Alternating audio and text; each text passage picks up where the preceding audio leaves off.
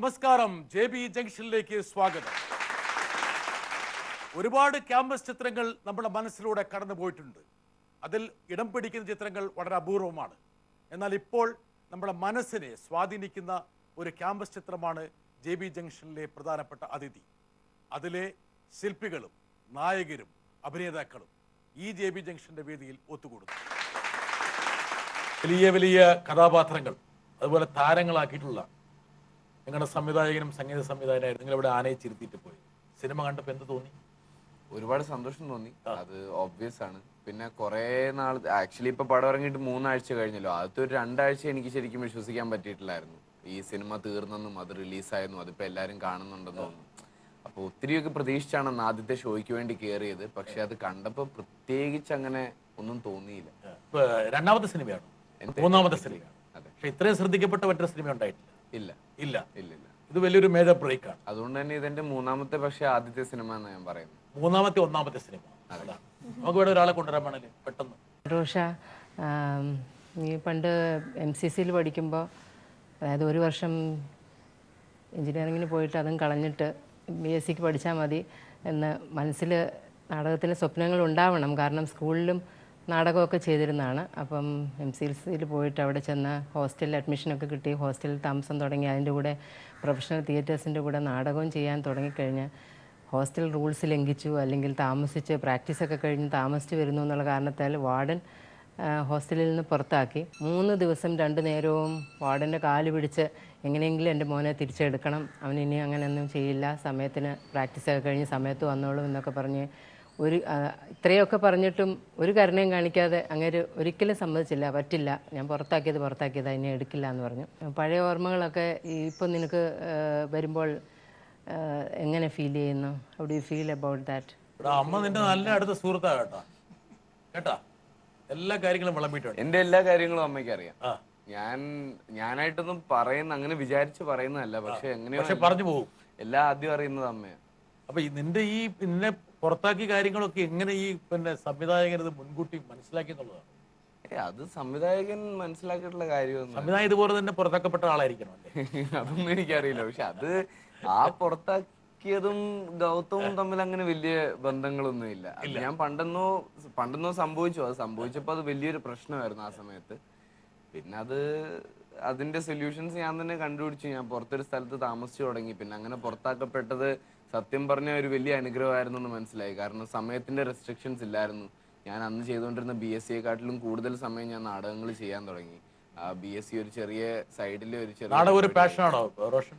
തീർച്ചയായിട്ടും അതിപ്പം നാടകമാണോ അഭിനയമാണോ പാഷൻ എന്ന് അറിയില്ല. പക്ഷെ നമുക്ക് കൂടുതൽ ചെയ്യാൻ ചാൻസ് കിട്ടിയത് നാടകമായിരുന്നു. അതുകൊണ്ട് ഒരുപാട് ചെയ്തിട്ടുള്ളത് അതാ. ഇപ്പൊ സിനിമ 3 എണ്ണമായി ഭാഗ്യം കൊണ്ട്, നാടകം ഒരു 37 എണ്ണം ആയിട്ടുണ്ട്.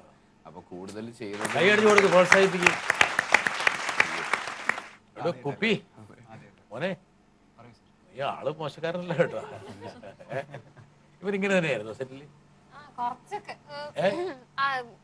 മൊത്തത്തിൽ കുപ്പിയൊന്നും അല്ലായിരുന്നു. കുറച്ചൊക്കെ വരുണിന്റെ ക്യാരക്ടർ ആയിരുന്നു. ഭയങ്കര ഇടയ്ക്കിടയ്ക്ക് സീരിയസ് ആവും. ഭയങ്കര പെർഫെക്ഷൻ ആയിരുന്നു. അങ്ങനെ കുപ്പിയാണോ ചോദിച്ചാൽ അതുപോലെ ഒന്നും അല്ലായിരുന്നു സത്യം പറഞ്ഞ. ഇവരെന്താണെന്നുള്ള കാര്യം നിങ്ങൾക്ക് ആർക്കും പിടികിട്ടിട്ടില്ല അല്ലേ? ഇല്ല. എന്താ വരുൺ എന്ന് പറയണു? എന്താണെന്നുള്ള കാര്യം പിടികിട്ടിട്ടുണ്ട്. അത്യാവശ്യം 8 മാസത്തോളം ഞങ്ങൾ ഒരുമിച്ച. ഞങ്ങള് തമ്മിൽ എല്ലാവർക്കും ഒരു ബോണ്ട് ഉണ്ട്. നമുക്ക് മനസ്സിലാക്കാൻ കഴിഞ്ഞിട്ടുണ്ടെന്നാ തോന്നുന്നത്. ഈ മൂപ്പർ ഇതുപോലെ തന്നെയാണോ? സിനിമയിലുള്ള പോലെ തന്നെയാണോ? പുറമേ നിന്നുള്ള ആൾക്കാർക്ക് ഇങ്ങനെയൊക്കെ തോന്നുമെങ്കിലും ഇവൻ കുറച്ചും കൂടെ നമ്മൾ കുറെ ഫ്രണ്ട്ലി ആയി കഴിയുമ്പോൾ ഇവനാണ് ശരിക്കും തമാശയും എല്ലാം ഒത്തിരി. പക്ഷെ ആദ്യം ഒരു ഇനീഷ്യൽ ഒരു അല്ലേ? എല്ലാവർക്കും മറ്റുള്ളവരുടെ മുമ്പിൽ ഒരു മുഖവും നമ്മളെ അടുത്തറിയാവുന്നവരുടെ മുമ്പിൽ വേറൊരു മുഖവും ഉണ്ടാവുമല്ലോ. അതാണല്ലോ നീ പിന്നീട് ഷേവ് ഒക്കെ ചെയ്ത് കളഞ്ഞു. അപ്പൊ അതേപോലെയാണ് ഇവന്റെ കാര്യം ശരിക്കും പറഞ്ഞ. ആദ്യമായിട്ട് ഒരാളെ കാണുമ്പോ ഇങ്ങനെയൊക്കെയാണ് വരുണായിട്ടിരിക്കും. പക്ഷെ നമ്മളൊന്ന് പിന്നീട് നീ അതിലേക്ക് ലയിച്ചു പോകും അല്ലേ? നമ്മൾ ജെല്ല കഴിഞ്ഞിട്ട് കമ്പനി ആയി കഴിഞ്ഞാൽ ആദ്യത്തെ ഒരു ഇനീഷ്യൽ ചേർക്ക് മാത്രമേ ഉള്ളൂ അല്ലേ? ഈ പെമ്പിള്ളേർക്ക് അതൊന്നും ഇല്ല കേട്ടോ. നമ്മളൊക്കെ ഫസ്റ്റത്തിന്റെ ഗീർ പുറത്തിലേക്ക് ഇട്ട് കഴിഞ്ഞു ഇല്ലേ? അല്ലോടെ കുപ്പി, ഇവരെ കുറിച്ചുള്ള അഭിപ്രായം എന്താണ്? ഇവര് അനു പിന്നെ അഭിനയിച്ചിട്ടില്ല പടത്തില്. അനു ഇങ്ങനെ തന്നെയാണ്. അനു ദേവിക രണ്ടും ഒരേ ആളാണ്. അപ്പോൾ അവൾക്ക് അഭിനയിക്കേണ്ടി വന്നിട്ടില്ല. അനാർക്കലി ആദ്യം മീറ്റ് ചെയ്തപ്പോൾ അങ്ങനെ സംസാരിക്കുന്നുണ്ട്.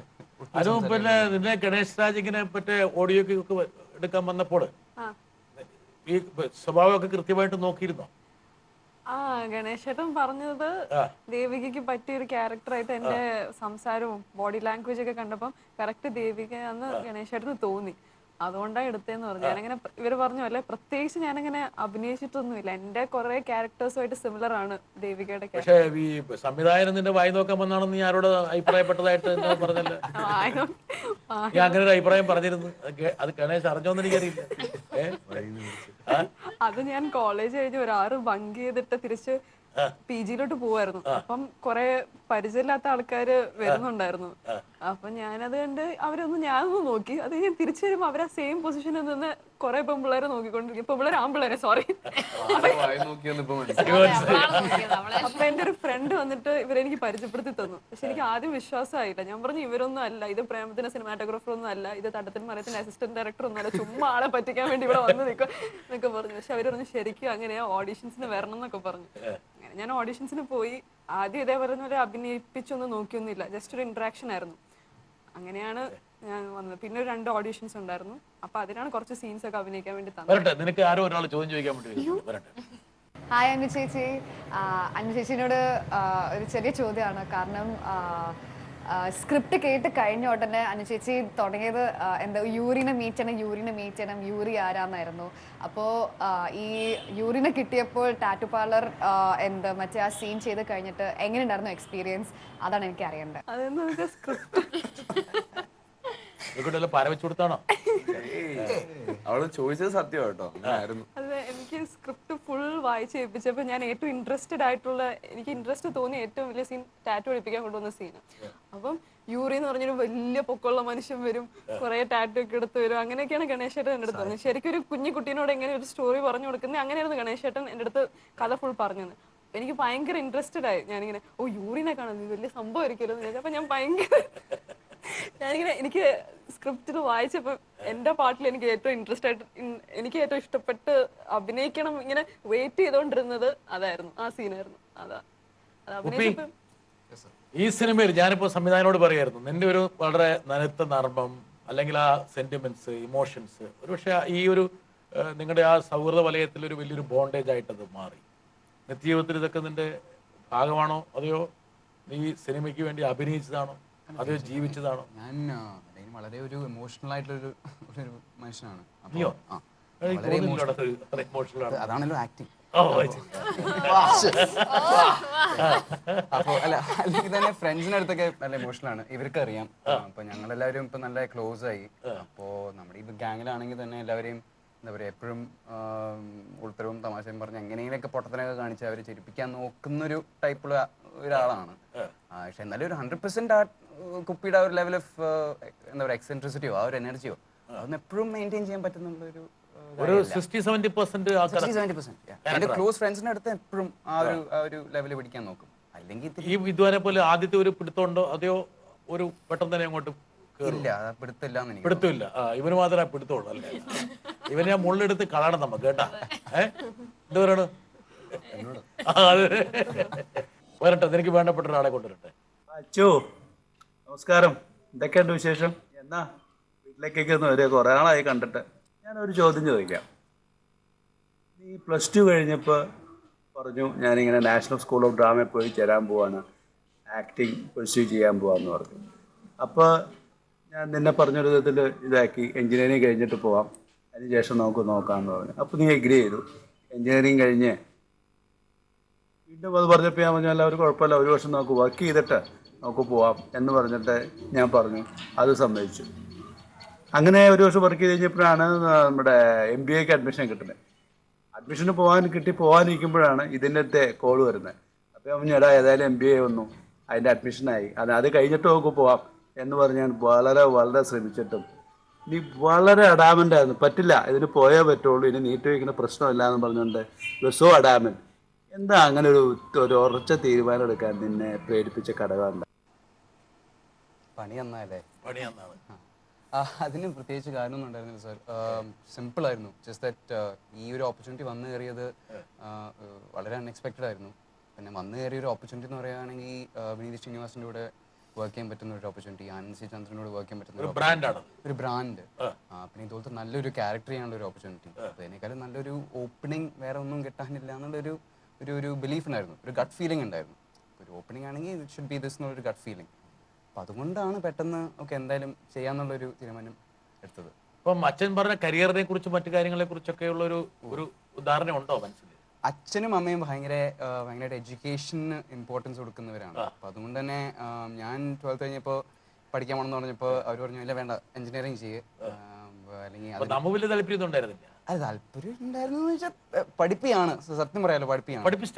പഠിക്കാനെങ്കിൽ മോശമായിരുന്നില്ല, പക്ഷെ എന്നാലും പാഷൻ ഇവിടെയായിരുന്നു, ആക്ടിംഗിലായിരുന്നു പാഷൻ. അച്ഛനും അമ്മയൊക്കെ സിനിമ കണ്ടു എന്ത് പറഞ്ഞു? അവര് വളരെ ഹാപ്പി ആയിരുന്നു. അച്ഛൻ അങ്ങനെ പ്രത്യേകിച്ച് വികാരമൊന്നും ഇല്ലാത്തൊരു മനുഷ്യൻ. അപ്പോൾ ഹാൻഡ് ഷേക്ക് തന്നു, മോനെ കലക്കിന്ന് പറഞ്ഞു. അത് വലിയൊരു സംഭവമാണ്.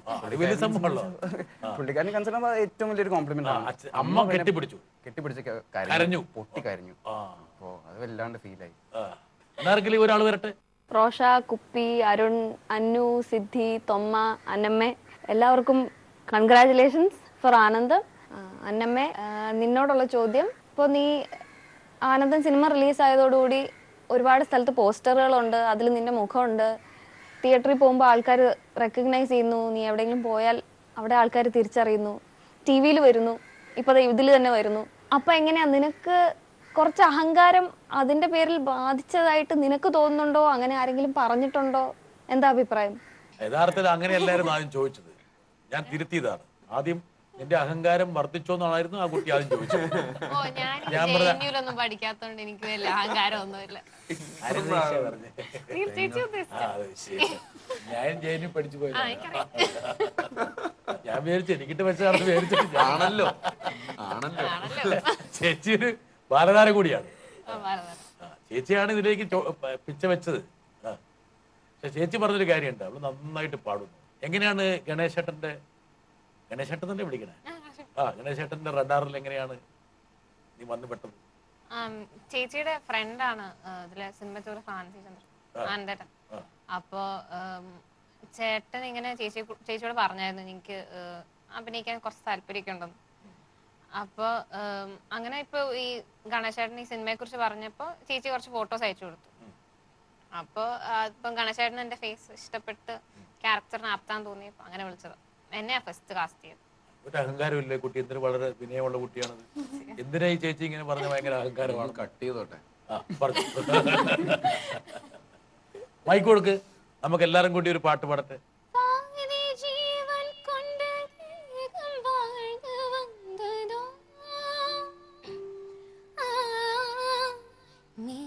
ജീവൻ എന്നെ പാർത്ത് പോത് വന്നതോ ഏനോ സുഖം ഉള്ളൂരുതേനോ മനം തള്ളാടുതേനോ സുഖം ഉള്ളൂരുതേ ഏനോ മനം തള്ളാടുതേ വിരൽകൾ തൊടവ വിരതൈ പിറവ മാർബോട് കൺകൾ മൂടവ മലരേ മൗനമാ മൗനമേ പേസുമാ. ലൊക്കേഷനിലൊക്കെ വെള്ളമൊക്കെ പാട്ടുണ്ടായിരുന്നു. ഞങ്ങളിങ്ങനെ മടുത്തിരിക്കുമ്പോഴൊക്കെ ഇവിടെ കൊണ്ട് അനാർക്കലി കിളി ഒരു പാട്ട് പാടാവോ, ഒരു പാട്ട് പാടാന്ന് പറഞ്ഞ് പുറകെ. ആണോ? ശരി. എന്താ അങ്ങനെ വിളിക്കണേ? അത് വീട്ടിലെല്ലാരും അനക്കിളി എന്നാ വിളിക്കുന്നത്. അപ്പൊ എല്ലാരും അനാർക്കലി അനാർക്കലി എന്ന് വിളിച്ച് കഷ്ടപ്പെടണ്ടല്ലോ എന്ന് വിചാരിച്ചായിരിക്കും അനക്കിളി. ഇടയ്ക്ക് ഞങ്ങളുടെ ലൊക്കേഷനിൽ നീലത്തയ ഉണ്ടായിരുന്നു, ചേച്ചി ഇപ്പൊ വന്ന ലക്ഷ്മി. ഇവർ രണ്ടുപേരും കൂടെ ഒരുമിച്ച് പാടുമായിരുന്നു ഞങ്ങൾക്ക് വേണ്ടി. രണ്ടുപേരും നല്ലപോലെ പാടും. ഭയങ്കര രസമായിരുന്നു അത് കേട്ടിരിക്കാൻ. വരട്ടെ. ഏതായാലും ആനന്ദം വർക്ക് ചെയ്യുമ്പോൾ എനിക്ക് തോന്നിയ ഭയങ്കര പോസിറ്റീവ് സൈഡ് എന്ന് വെച്ചാൽ ഒരുപക്ഷെ അതിനകത്ത് ഏറ്റവും പ്രായം കൂടിയ ആൾ ഞാനായിരിക്കും. ഒരു 35 അല്ലെങ്കിൽ 36 വയസ്സുള്ള വ്യക്തിയായിട്ട് ഞാനും ബാക്കി എല്ലാ ആക്ടേഴ്സും അതിനകത്തേക്ക് എനിക്ക് തോന്നുന്നത് ഒരു 16-17 വയസ്സ് തൊട്ട് 23-24 വയസ്സുള്ള ആൾക്കാർ മാത്രമേ അതിനകത്തുള്ളൂ. അപ്പോൾ എൻ്റെ മൊത്തം ആൾക്കാരുടെ ഏജിൻ്റെ ഒരു ആവറേജ് എടുക്കുകയെന്നുണ്ടെങ്കിൽ 25-26 വയസ്സുമുള്ള ആൾക്കാർ അതിനകത്തില്ല. അപ്പോൾ അങ്ങനെ ഒരു ഭയങ്കര ഒരു യങ് വൈബ്രൻറ്റ് ഗ്രൂപ്പിൻ്റെ ഒപ്പം വർക്ക് ചെയ്യാൻ പറ്റിയത് ഭയങ്കര ഒരു പോസിറ്റീവ് സൈഡാണ്. ആനന്ദം ഗ്രൂപ്പും നമ്മൾ വിട്ട് വേറെ പുതിയൊരു പടം ചെയ്യുമ്പോൾ നമുക്ക് ഭയങ്കര വ്യത്യാസമാണ്. കാരണം വെച്ചാൽ ആ ഗ്രൂപ്പിലുണ്ടായിരുന്ന പോലെ നമുക്ക് ഒട്ടും ഈഗോയോ കാര്യങ്ങളോ ആരും അങ്ങോട്ടും ഇങ്ങോട്ടൊന്നുമില്ല. അപ്പോൾ എനിക്കെന്തോ ആനന്ദം എന്നുള്ളൊരു മൂവിയിൽ ഇനി അങ്ങനത്തെ ഒരു ഗ്രൂപ്പിനൊപ്പം വർക്ക് ചെയ്യാൻ പറ്റുമെന്ന് എനിക്ക് തോന്നുന്നില്ല. നിങ്ങളുടെ മാഷാണ്, ഇതുപോലത്തെ മാഷ് നിങ്ങളുടെ ക്യാമ്പസിലുണ്ടായിരുന്നോ? കുറേ ഇൻസിഡൻസ് ഒക്കെ എനിക്ക് റിലേറ്റ് ചെയ്യാൻ പറ്റിയിട്ടുണ്ട്. പല കാര്യങ്ങളും എൻ്റേതല്ലെങ്കിലും എൻ്റെ ഫ്രണ്ട്സ് എക്സ്പീരിയൻസ് ചെയ്തിട്ടുള്ള പല കാര്യങ്ങളും ഈ മൂവിയിൽ കാണിച്ചിട്ടുണ്ട്. അപ്പം റിലേറ്റ് ചെയ്യാൻ പറ്റുന്നുണ്ട്. എന്റേതല്ല എന്നൊരു ജാമ്യം എടുക്കാൻ വേണ്ടിട്ട് അത്രമാത്രം കഷ്ടപ്പെട്ടത് ശ്രദ്ധിച്ചോ? അത് അങ്ങനെയൊന്നുമില്ല, എനിക്കും എക്സ്പീരിയൻസ് ചെയ്തിട്ടുള്ള പല കാര്യങ്ങളും ഇതിലുണ്ട്. ചോദിച്ചാൽ സത്യം പറയും. ഇടപെടും എന്നൊക്കെ അർത്ഥറിയോ? ഇവരൊക്കെ വലിയ മര്യാദക്കാരായിട്ടാണ് അഭിനയിക്കണേ. എന്താണ് നോക്ക്, അതെ. ഇതുപോലത്തെ ഒരു സാർ, അതായത് ഒരു ടീച്ചറും സാറും തമ്മിൽ ഇങ്ങനെ ലവ് ഇൻട്രസ്റ്റ് ആവുക എന്നുള്ളത് ഒരിക്കലും എന്റെ കോളേജിൽ നടന്നിട്ടില്ല. എന്റെ കോളേജിലും നടന്നിട്ടുണ്ടോ? കലിപ്പനായ ഒരു പ്രൊഫസർ എപ്പോഴും എല്ലാ കോളേജിലും ഉണ്ടാവും. അത് കോമൺ ആയിട്ടുള്ള ഒരു ഫാക്ടറാണ്. ഒരു കോളേജിലെ പല പല മുഖങ്ങളിലൊന്നാണ് ഈ മുഖം. പക്ഷെ ഈ മുഖത്തെ ഗണേശ് കുറച്ചും കൂടി ഇംപ്രവൈസ് ചെയ്ത് പല രൂപത്തിലേക്കും അടിച്ചു പരത്തി എന്നുള്ളതാണ് ഏറ്റവും പ്രധാനപ്പെട്ട കാര്യം. പിന്നെ റോൺചേട്ടൻ ഇപ്പൊ പറഞ്ഞില്ല സെറ്റിലെ ഏറ്റവും പ്രായം കൂടിയ ആളായിരുന്നു ഞാൻ എന്നൊക്കെ.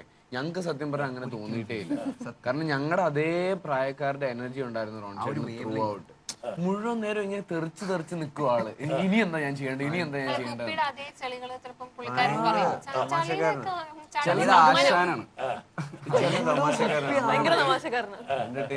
പഴയ സുരേഷ് ഗോപി സാറിന്റെ ഡയലോഗ്സ് ഒക്കെ അതുപോലെ തന്നെ നല്ല രസമായിട്ട്. നിങ്ങളുടെ സംവിധായകൻ എന്നോട് ചോദിക്കാൻ പറഞ്ഞൊരു കാര്യമാണ്. പല അഭിമുഖങ്ങളിലും പല കാര്യങ്ങളിലും നിങ്ങൾ സംവിധായകനെ വല്ലാതെ അങ്ങോട്ട് പോഴ്ത്തുന്നുണ്ട്. ഇനിയും അദ്ദേഹം നിങ്ങളെ കാസ്റ്റ് ചെയ്യുന്നുള്ളത് കൊണ്ടാണോ, അതെയോ സംവിധായകൻ നിങ്ങൾക്കൊരു ബ്രേക്ക് എന്നതുകൊണ്ട് നിങ്ങൾക്ക് അങ്ങനെ മമത കാണിക്കണമെന്നുള്ളതുകൊണ്ടാണോ, അത് ആത്മാർത്ഥമായിട്ട് നിങ്ങൾ വിശ്വസിക്കുന്നു? വേറെ ഒന്നും കൊണ്ടല്ല, അതിനകത്തൊരു ഡബിൾ ഇന്റൻഷൻ ഒന്നുമില്ല. ഇതിന് ഈ പടം കണ്ട ഒത്തിരി പേര് ഞങ്ങൾ എല്ലാവരുടെ അടുത്തും പറഞ്ഞേക്കുന്നത് നിങ്ങളുടെയൊക്കെ അഭിനയം ഭയങ്കര നാച്ചുറൽ ആയിട്ടുണ്ട്, നിങ്ങൾ അഭിനയിക്കുകയാണെന്ന് തോന്നിയിട്ടില്ല എന്ന്. അതിന്റെ കാരണം ഗണേശേട്ടനും ആനന്ദേട്ടനും പിന്നെ സെറ്റിൽ അവർ ക്രിയേറ്റ് ചെയ്ത ആ ഒരു അറ്റ്മോസ്ഫിയറുമാണ്.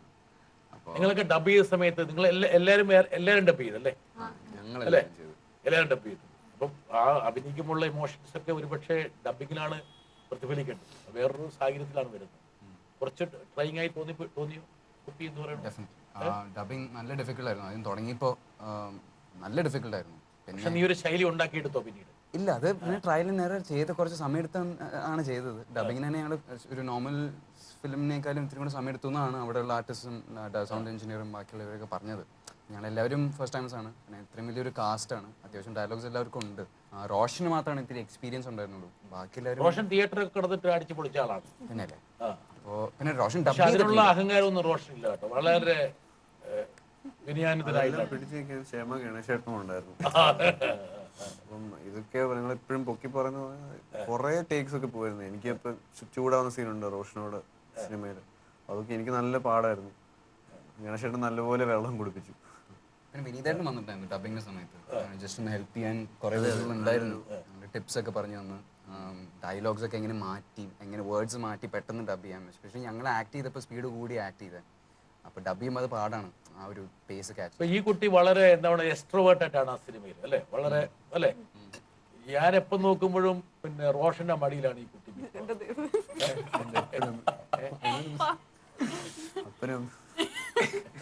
സിനിമ കണ്ടതല്ലേ? വില അഭിനയല്ലേ മോളെ, അത് മേടിക്കുന്ന കാര്യം. നീ അങ്ങനെയൊക്കെ തന്നെ ആണോ സ്വഭാവത്തിൽ? അതാണ് ഇപ്പൊ ചോദിക്കാൻ പിന്നെ എന്നോട് പറഞ്ഞത്. എങ്ങനെയാന്ന് വെച്ചാൽ നീ ഇതുപോലെ എക്സ്ട്രോവേർട്ട് ആണോ? ചിലരുടെ അടുത്ത്.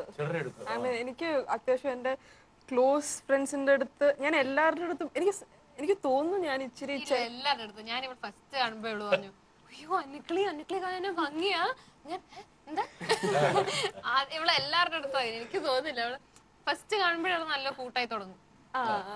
നല്ലൊരാളാന്നുള്ള വിശ്വാസം ഉണ്ടെങ്കിൽ നമുക്ക് ട്രസ്റ്റ് ചെയ്യാൻ തോന്നി കഴിഞ്ഞാൽ. എനിക്ക് ചിലവരെ പക്ഷെ പറയാൻ പറ്റുന്ന, എനിക്ക് ചിലവരെ കാണുമ്പോഴേ ഒരു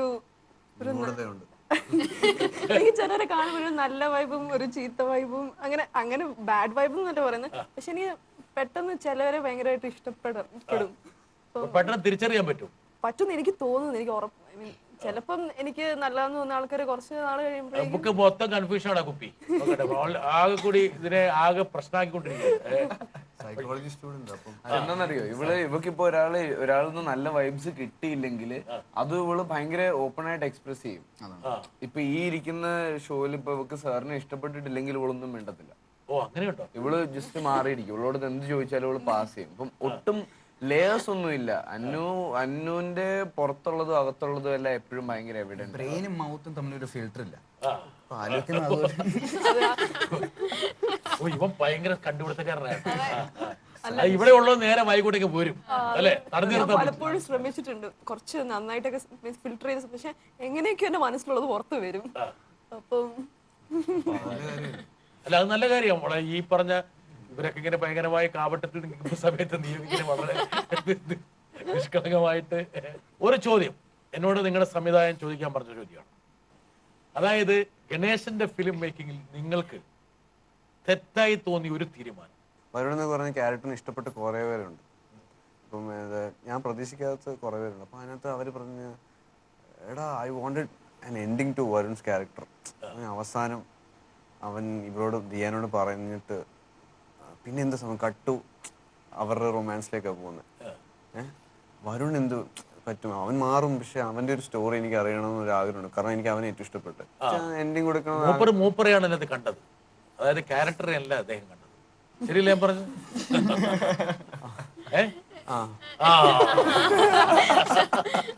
വളരെ കറക്റ്റായി. അതായത് ഇവൻ അങ്ങനെ ഒന്നും ഒരാളെ വിടാൻ പറ്റില്ല. അതാണ്, അതായത് ആ സംവിധായകൻ പെട്ടെന്ന് അതില്ല. അപ്പൊ അതിലൊരു ചെറിയൊരു പാവപ്പഴ നീ അല്ലെങ്കിൽ ഒരു പൂർണ്ണതയില്ലായ്മ ഉണ്ടായി എന്നുള്ളതാണ് അല്ലെ? അടുത്ത് നിന്റെ വക പറയും. ഗണേശൻ ഞങ്ങൾക്ക് ഒത്തിരി ഫ്രീഡം തരുന്നുണ്ട്. അപ്പൊ ചില സമയത്ത് ഞങ്ങളത് ചില സീനൊക്കെ അഭിനയിക്കാൻ പറയുമ്പോൾ കുറച്ചും കൂടെ നന്നാക്കണം എന്ന് ഗണേശേട്ടന് ആഗ്രഹം ഉണ്ടായിരിക്കും. പക്ഷെ ഞാനൊക്കെ പറയും ഗണേശേട്ടൻ ഇത്ര മതി, എനിക്ക് വയ്യ, ഇത് കൂടുതൽ നന്നാക്കി ചെയ്യാൻ മതി എന്നൊക്കെ പറയും. ഗണേശേട്ടൻ പലപ്പോഴും അത് സമ്മതിച്ചിട്ടുണ്ട്. അപ്പൊ പുള്ളിക്കാരൻ കുറച്ചും കൂടെ സ്ട്രിക്റ്റ് ആയിട്ടൊക്കെ അതെനിക്ക് തോന്നിയിട്ടുണ്ട്. എല്ലാവരുടെ അടുത്തും ലിബറൽ ആണ് അല്ലേ? പക്ഷെ നല്ലതാണ്. പക്ഷെ കുറച്ച് ഇച്ചിരിയും കൂടി ഒന്ന് ടൈറ്റ് ആക്കാം. അത്രേ ഉള്ളൂ. എന്താണ് അനാർക്കലി? എനിക്ക് സിനിമയെ കുറിച്ച് തോന്നിയൊരു കാര്യ, ആദ്യം പോലെ സ്ക്രിപ്റ്റ് കേട്ടപ്പോ പോലെ തോന്നിയ കാര്യ, ഒരിക്കലും കേരളത്തില് ഇങ്ങനെ ഒരു ക്ലാസ് റൂം കാണത്തില്ല എന്നുള്ളൊരു ചിന്ത എനിക്കുണ്ട്. പരിപൂർണമായ റിയലിസ്റ്റിക് ആയിട്ടുള്ള ഒരു ക്ലാസ് റൂം അല്ല ഇത് അല്ലെ? ഇത് കുറച്ചും കൂടി ഉണ്ടാക്കിയെടുത്തത് ആർട്ടിഫിഷ്യൽ ആണ് അല്ലെ? ഇതിലെ ഉദ്ദേശിച്ചത് നോട്ട് കംപ്ലീറ്റ്ലി ആർട്ടിഫിഷ്യൽ, പക്ഷെ ഇങ്ങനത്തെ ചെറിയ ചെറിയ കാര്യങ്ങൾ. കുപ്പി, നിന്റെ അഭിപ്രായത്തിൽ നിന്റെ കഥാപാത്രത്തോട് ഗണേശേട്ടൻ 100% നീതി പുലർത്തി? പലപ്പോഴും എനിക്ക് ഗണേശേട്ടനിൽ നിന്നുള്ള ഒരു ഫീഡ്ബാക്ക് എപ്പോഴും കിട്ടാറില്ലായിരുന്നു. കിട്ടാറില്ല. ഇത് നന്നായോ മോശമായോ, ഇത് വളിപ്പായി പോയോ ചളവായി പോയോ അല്ലെ? ചെയ്തതിനു ശേഷം ഇവരുടെ മുഖത്ത് നോക്കിയാ പോരായിരുന്നു. ഇവരിപ്പോ എല്ലാവരും ഒരേ സമയത്ത് സെറ്റിൽ ഉണ്ടാവില്ല. അപ്പൊ ഒരു ഷോട്ടിന് ശേഷം ഇപ്പൊ ഗണേശേട്ടൻ ഓക്കെ ആണോ? ഓക്കേടാ, അത്രേ ഉള്ളൂ. അപ്പോ അല്ലെങ്കിൽ എടാ നന്നായി, അല്ലെങ്കിൽ ഇത് എന്താ പറയാ അടിപൊളിയായിരുന്നു. മൂപ്പർക്ക് കുറച്ച് വികാരം കുറവാണ്.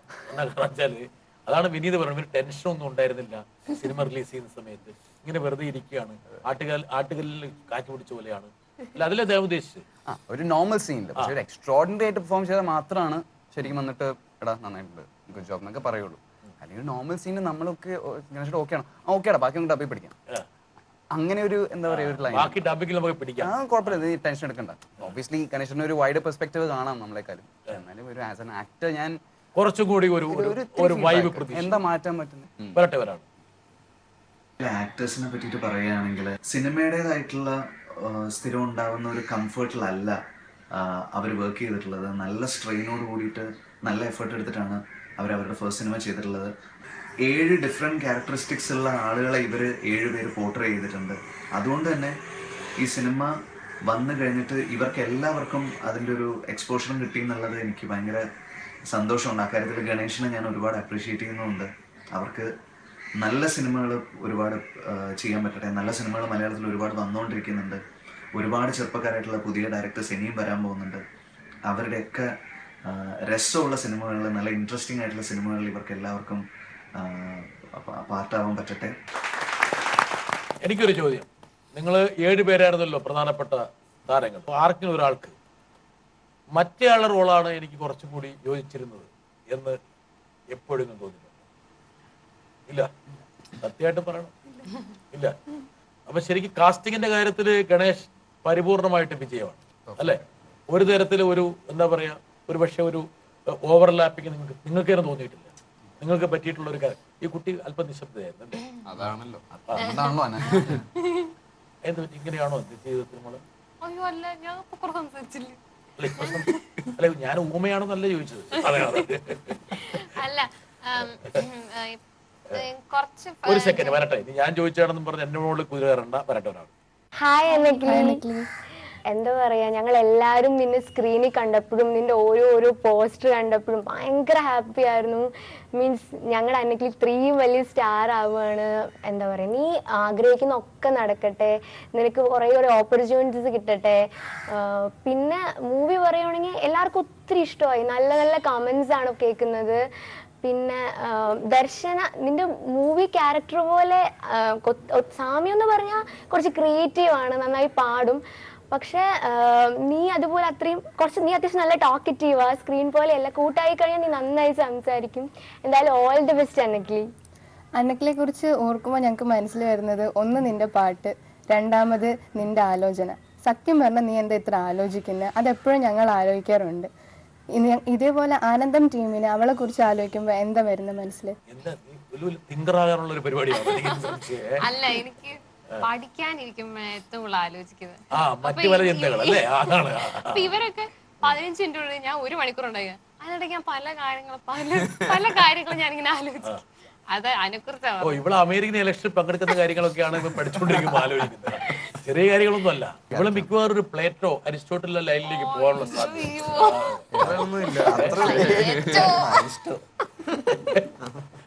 പക്ഷെ ഈ പറഞ്ഞ പോലെ മനസ്സിൽ ആദ്യം വരുന്ന കാര്യങ്ങൾ പാട്ട് കഴിഞ്ഞാൽ പിന്നെ ഇവളുടെ മെച്യൂരിറ്റിയാണ്. കാരണം ഈ പ്രായത്തിലുള്ള വേറൊരു കുട്ടിയിൽ ഞാൻ ഇത്രയും മെച്യൂരിറ്റി കണ്ടിട്ടില്ല. പിന്നെ ഇതാണ് എന്റെ ഡിസിഷൻ എന്നുള്ളതിൽ ഉറച്ചു നിൽക്കാൻ പറ്റുക എന്ന് പറയുന്നതിന് ഒരുപാട് ധൈര്യം വേണം. വളരെയധികം സന്തോഷമുണ്ട്. നിന്റെ മുഖം ഇപ്പോൾ ഈ ആനന്ദം എന്ന സിനിമയിലൂടെ കേരളത്തിലെ പ്രേക്ഷകരുടെ എല്ലാവരുടെയും മുന്നിലോട്ട് എത്തിയിരിക്കുകയാണ്. അപ്പോൾ അതിൽ വളരെയധികം സന്തോഷമുണ്ട്. അപ്പം കഴിഞ്ഞ ഒരു വർഷം മുന്നേ ഉണ്ടായ ഒരു ഇവൻ്റ് എൻ്റെ മനസ്സിലോട്ട് വരികയാണ്. അപ്പം നിൻ്റെ ആക്ടിങ്ങിൻ്റെ ആഗ്രഹവുമായി അന്ന് നമ്മളൊരു ഡയറക്ടറിനെ ചെന്ന് കാണാനിടയുണ്ടായി. അതൊരു എന്താ പറയുക, എനിക്ക് തോന്നുന്നു അതൊരു റൈറ്റ് ടൈം ആയിരുന്നു. ആ സിനിമയിലൂടെ നിനക്ക് നിൻ്റെ മുഖം പ്രേക്ഷകരിലോട്ട് എത്തിക്കാനായിട്ട് സാധിച്ചു. ആ എക്സ്പീരിയൻസ് ഒന്ന് പ്രേക്ഷകർക്ക് വേണ്ടി ഇവിടെ ഈ ഒരു സന്ദർഭത്തിൽ ഷെയർ ചെയ്യാനായിട്ട് പറ്റുമോ? റോഷന്റെ സുഹൃത്താണ് വന്നിരിക്കുന്നത് അല്ലേ? എൻ്റെ കസിനാണ്, അഗസ്റ്റിനാണ് പേര്.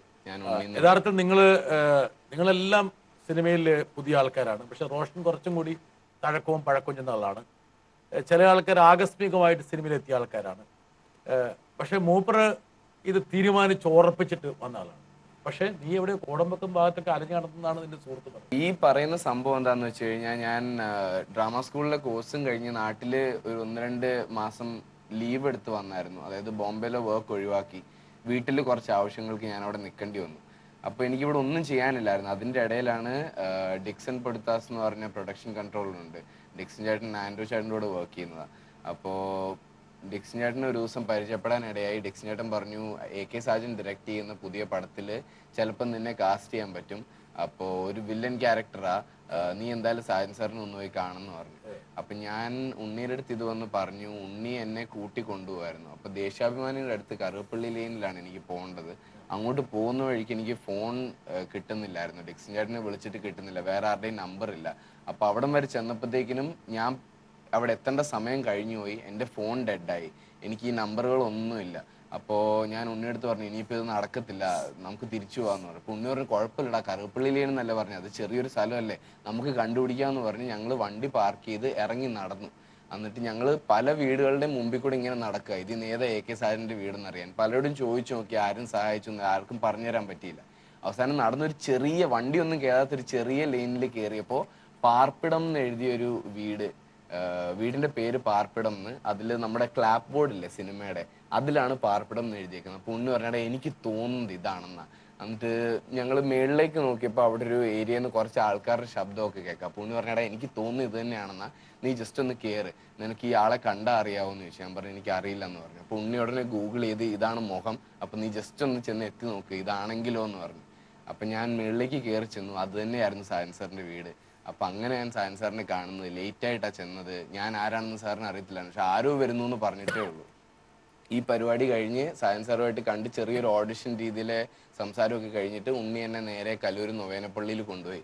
എന്നിട്ട് ഉണ്ണി പറഞ്ഞു, എടാ എനിക്ക് തോന്നുന്നത് ഇത് നടക്കുമെന്ന്. ഇപ്രാവശ്യം ആനന്ദം തുടങ്ങുന്നതിന് മുമ്പ് ഞാൻ ഇവരെ എല്ലാവരെയും കൊണ്ട് ആ പള്ളിയിൽ പോയായിരുന്നു ഈ ഒരു സംഭവം നടന്നതുകൊണ്ട്. ഭക്തനാണല്ലേ? ഇപ്പൊ ഇടയ്ക്ക് കുറെ സമയത്തേക്ക് അല്ലായിരുന്നു, ഇപ്പൊ ആണ്. ഓ, ഇടയ്ക്ക് നിരീശ്വരവാദി എന്നൊന്നും പറയാൻ പറ്റില്ല, പക്ഷേ താല്പര്യം കുറവായിരുന്നു. ഒരു ജീവിതത്തോടൊരു നിരാശയൊക്കെ തോന്നിയിരുന്നു ഒരുപാട്. എടാ മോനെ, നിനക്ക് ചെറിയ വയസ്സിലുള്ളൂ, ഇടയിൽ നീ എവിടെയൊക്കെ കടന്നു പോയിട്ടുണ്ട്. 24 വയസ്സില് ആൾക്കാരുടെ കരിയറൊക്കെ ആരംഭിക്കുന്ന വയസ്സല്ലേ ഇത്? അതല്ലേ?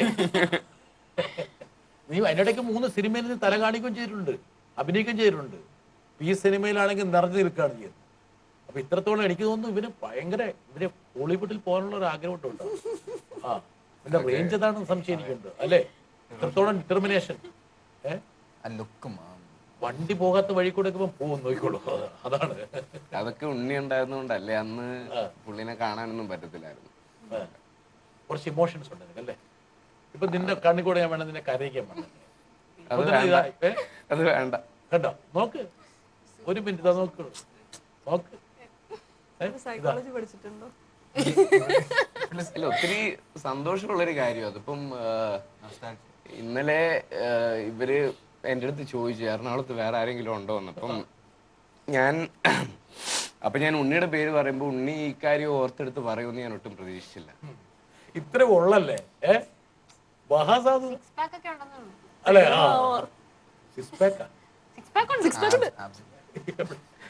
ഇവനാ ഒടിഞ്ഞു പോകും.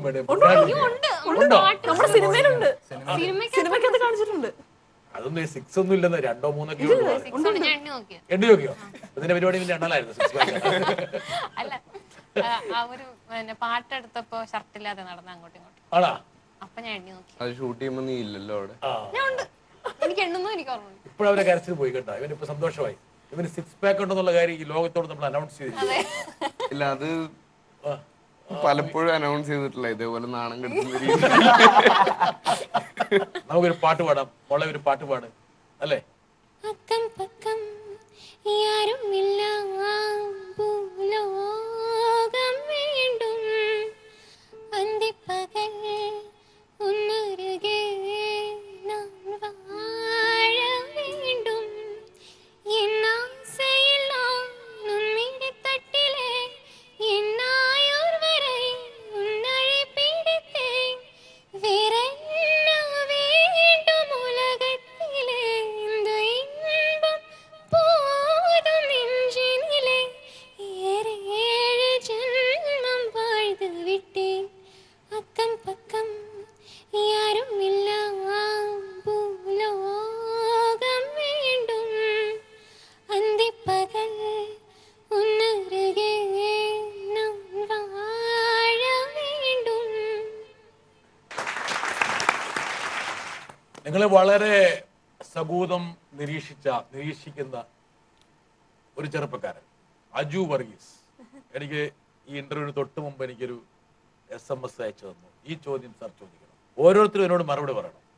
ഇത് എനിക്ക് പറ്റാത്ത പണിയാണെന്ന് എപ്പോഴെങ്കിലും നിങ്ങൾ ചിന്തിച്ചിട്ടുണ്ടോ?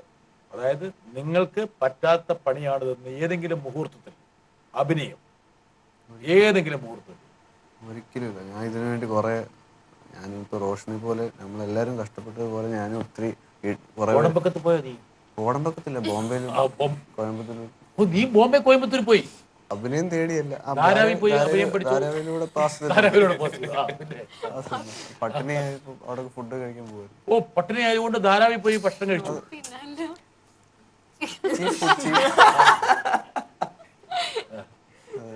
ഞാൻ വലിയൊരു മനുഷ്യന്റെ മുമ്പിലാണ് ഇരിക്കുന്നത്. അതായത് ബോംബെ തെരുവിലൂടെ അലഞ്ഞു തിരിഞ്ഞ് ജുഹിൽ നിന്ന് ഭക്ഷണം കഴിക്കാൻ കഴിയാതെ അവൻ ധാരാവിൽ പോയിട്ട് വളരെ ചീപ്പായിട്ടുള്ള ഫുഡ് മേടിച്ച് കഴിച്ച് ടാപ്പിന്റെ വെള്ളം കുടിച്ചിട്ടാണ് അവൻ ഈ അഭിനയ രംഗത്തേക്ക് കടന്നു വന്നത്. നിന്റെ ജീവചരിത്രം എഴുതുന്നതിനുണ്ടല്ലോ നൊബേൽ സമ്മാനം കിട്ടും. ഇത്രയും ത്യാഗം നടത്തിയാണ്. ഒന്ന് പ്രോത്സാഹിപ്പിക്കുന്നു. ഈ സിനിമ ലൊക്കേഷനിൽ ഈ കാര്യങ്ങൾ നിങ്ങൾക്ക് അറിയില്ലായിരുന്നു. ധാരാവി പോയ കാര്യം അവരും അറിയില്ലായിരുന്നു. ഇപ്പഴാ പറഞ്ഞത്. എടുത്ത് ചോദിച്ചപ്പോ ഞാൻ പറഞ്ഞത് അറിയണ്ട. ഓക്കെ. അപ്പോൾ ഒരിക്കലും ഒരു ഘട്ടത്തിൽ പോലും നിനക്ക് ഈ അഭിനയം പറ്റാത്തതാണെന്ന് തോന്നിയിട്ടില്ല. അജുവിന്റെ ചോദ്യമാണ്, അജു വർഗീസ്. അല്ല സാറേ, എപ്പോഴും അഭിനയിക്കണം എന്നുള്ളൊരു താല്പര്യമുള്ള ഒരാളായിരുന്നു. പക്ഷേ സൊസൈറ്റി ഇതൊരു നോൺ കൺവെൻഷണൽ ജോബാണല്ലോ. ബാങ്കിൽ ഇപ്പോൾ ജോലി ചെയ്യുന്ന പോലെ ഒന്നും, ഞാൻ ഒരു കൊമേഴ്സ് ഉണ്ട്, അപ്പോൾ അങ്ങനത്തെ ഒരു ഇതല്ല. അപ്പോൾ സൊസൈറ്റി ഇപ്പോൾ പേരൻസ് അങ്ങനെ ഒത്തിരി അവർ അനുവദിച്ചു. അല്ല, ഞാൻ ബോംബെയിൽ ഞാൻ MBA ചെയ്തിരുന്നു. MBA in media entertainment course. അത് ഞാൻ ചെയ്തത് മെയിൻ റീസൺ സിനിമയിലേക്ക് വരാൻ. അതെ, കാരണം ഞാൻ BCom സ്റ്റുഡന്റ് ആയിരുന്നു. അത് കഴിഞ്ഞ് ഇപ്പോൾ എനിക്ക് ഫിലിം മേക്കിംഗ് എന്ന് പറഞ്ഞാൽ അത്യാവശ്യം എക്സ്പെൻസീവ് ആയിരുന്നു. അതിലേക്ക് ഇറങ്ങിത്തിരിക്കാൻ കൊമേഴ്സിൽ നിന്ന് എന്റർടൈൻമെന്റിലേക്ക് പോകേണ്ട ഒരു കാര്യമില്ല, അല്ലെങ്കിൽ പ്രൊഡ്യൂസറായിട്ടായിരുന്നു പോകേണ്ടത്. അപ്പോൾ പ്രൊഡ്യൂസർ, അപ്പോൾ ഒരു കോഴ്സ് ഉണ്ട്, MBA ഇൻ മീഡിയ എന്റർടൈൻമെന്റ് എന്നൊരു കോഴ്സ് ഉണ്ട്. ഇത് ബോംബെയിൽ ഒരു ഫിലിം ഇൻസ്റ്റിറ്റ്യൂട്ടിലാണ് പഠിച്ചത്. ഇത് പഠിച്ചാൽ you can get into production, അങ്ങനെ ഒരു ഇതുണ്ടായിരുന്നു. ഡെഫിനറ്റ്ലി ഇത് ഇതിനു വേണ്ടി ആണോ? ഗേൾ ഫ്രണ്ട്സ് ഒക്കെ വിളിച്ചു തുടങ്ങിയോ?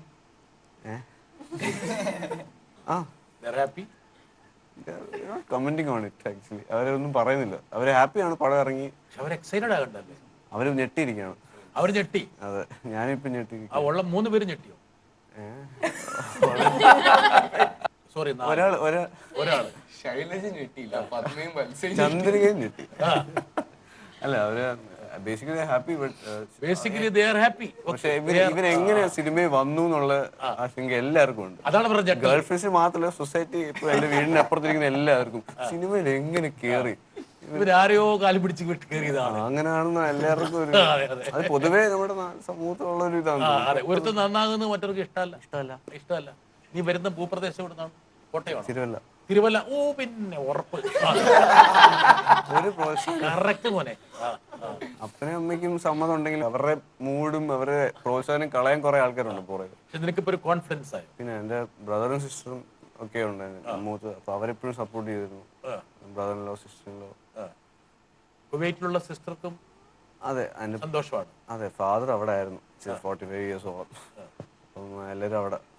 പക്ഷെ നീ ഇതനുസരിച്ചിട്ട് ഈ പറഞ്ഞ പോലെ ഗേൾ ഫ്രണ്ട്സിന്റെ എണ്ണമൊന്നും കൂട്ടാൻ നിൽക്കേണ്ട കേട്ടാ. ഇപ്പോൾ ഉള്ളത് തന്നെ എനിക്ക് അധികമാണെന്ന് എനിക്ക് സംശയമുണ്ട് കേട്ടാ. വല്ലാണ്ട് ക്ഷീണിച്ചിരിക്കുന്നു. നിന്റെ കാര്യം എനിക്ക് അത്യാവശ്യം ഈ ഓഡിഷൻ കഴിഞ്ഞപ്പോ എനിക്ക് താല്പര്യം ഉണ്ടായിരുന്നു അഭിനയിക്കണം എന്നൊക്കെ. പക്ഷെ കുറച്ച് കഴിഞ്ഞ് സെറ്റിലൊക്കെ വന്ന് ഞാൻ പറഞ്ഞു വേണ്ടായിരുന്നു. ഞാൻ തന്നെ അഭിനയിച്ച എനിക്ക് സന്തോഷമില്ലായിരുന്നു ആദ്യത്തെ കുറച്ച്. പിന്നെ സെക്കൻഡ് ഹാഫ് ആയപ്പോ സെക്കൻഡ് ഹാഫ് ആ ഒരു ഇത് കഴിഞ്ഞപ്പോ തൊട്ട് എനിക്ക് ഇഷ്ടപ്പെട്ടു അഭിനയം എന്ന് പറഞ്ഞ ഈ സിനിമ ചിത്രീകരണം ഷൂട്ടിംഗ് തീരരുതെന്നായിരുന്നു പിന്നെ ആഗ്രഹം. ആഗ്രഹം ഉണ്ടായിരുന്നു. അതെല്ലാവർക്കും ഉണ്ട്. വിനീതിന്റെ പൈസ കളയാൻ വേണ്ടിയുള്ള പരിപാടി നോക്കുക. പിന്നെ കുറെ നല്ല ട്രൈ ചെയ്യാൻ പറ്റി. ഫ്രീ ആയിട്ടെല്ലാം കിട്ടി. എല്ലാം ഫ്രീ ആയിട്ട്. അപ്പൊ ഭയങ്കര സന്തോഷം. ചിക്കൻ ഫ്രൈന്റെ വലിയൊരു ഫാൻ. ചിക്കൻ ഫ്രൈയുടെ ആളാണ്. വിഷമാണേലും ഗണേശേട്ടൻ ഇനി എനിക്ക് ചിക്കൻ ഫ്രൈ വേണ്ടി ആണോ, ഉറപ്പാണോ? ഗണേശൻ വിചാരിച്ചപ്പോ എന്താ പറയുക, ഇത് ലാഭം എന്താ കാരണം അറിയോ? ഈ കോഴിപ്പനി ആയതുകൊണ്ട് കോഴിക്കൊന്നും വിലയുണ്ടായിരുന്നില്ല, ഫ്രീ ആയിട്ട് കൊടുക്കായിരുന്നു. അതൊക്കെ ഇവളെ കൊണ്ട് തീറ്റിച്ചിട്ടുണ്ടാവും. നിന്റെ അച്ഛനും അമ്മയൊക്കെ എന്ന് പറഞ്ഞു? അച്ഛനും അമ്മയും ആദ്യം അവര് സമ്മതിച്ചില്ലായിരുന്നു.